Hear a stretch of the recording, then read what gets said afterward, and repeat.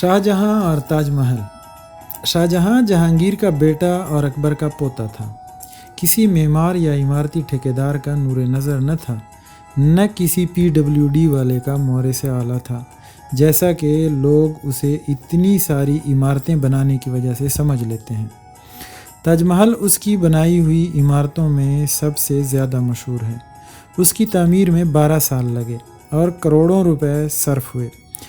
حضرت قائد اعظم کے مزار کی تعمیر میں بھی اتنے ہی پیسے اور اتنے ہی برس لگے۔ اگر کوئی فرق ان دونوں مقبروں کی خوبصورتی اور تعمیر میں ہے تو اس کی وجہ ظاہر ہے۔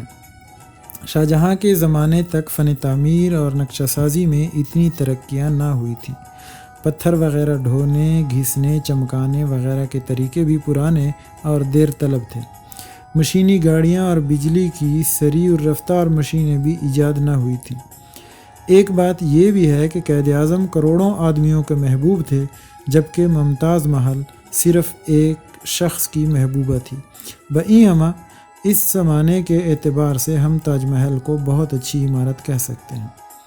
شاہ جہاں بہت دور کی نظر رکھتا تھا۔ تاج محل نہ ہوتا تو آج بھارت کی ٹورسٹ ٹریڈ کو اتنی ترقی نہ ہوتی، اتنا زر مبادلہ نہ حاصل ہوتا۔ اس کے دیگر نتائج بھی دور رس ہیں۔ تاج محل نہ ہوتا تو تاج محل بیڑی بھی نہ ہوتی، تاج محل چپل بھی نہ ہوتی، تاج محل مکھن نہ ہوتا جو صحت بخش اجزاء کا مرکب ہے اور جسے تیاری کے دوران میں ہاتھوں سے نہیں چھوا جا سکتا۔ حتیٰ کہ کپڑے دھونے کی خاطر تاج محل صابن بھی نہ ہوتا۔ یہ بھی سوچنا چاہیے کہ تاج محل نہ ہوتا تو لوگ کیلنڈروں پر تصویریں کس چیز کی چھاپتے۔ شاہ جہاں نے کئی مسجدیں بھی بنائیں، موتی محل اور دلی کی جامع مسجد وغیرہ، لال قلعہ بھی بنایا۔ بہادر شاہ ظفر اسی میں مشاعرہ وغیرہ کرایا کرتے تھے۔ تخت طاؤس بھی شاہ جہاں ہی نے بنایا تھا۔ اس میں اپنی طرف سے بہت ہیرے جواہر وغیرہ جڑے تھے، لیکن اس کے جانشینوں کو پسند نہیں آیا۔ محمد شاہ نے اسے اٹھا کر نادر شاہ گڈریے کو دے دیا۔ وہ ایران لے گیا اور اس کا کھوپرا کھا لیا۔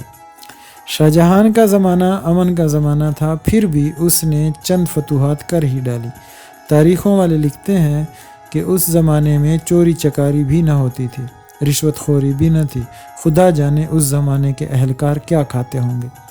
جہانگیر کا مقبرہ بھی شاہ جہاں نے بنایا تھا۔ یہ قیاس کرنا غلط ہے کہ شیر افگن نے بنوایا تھا۔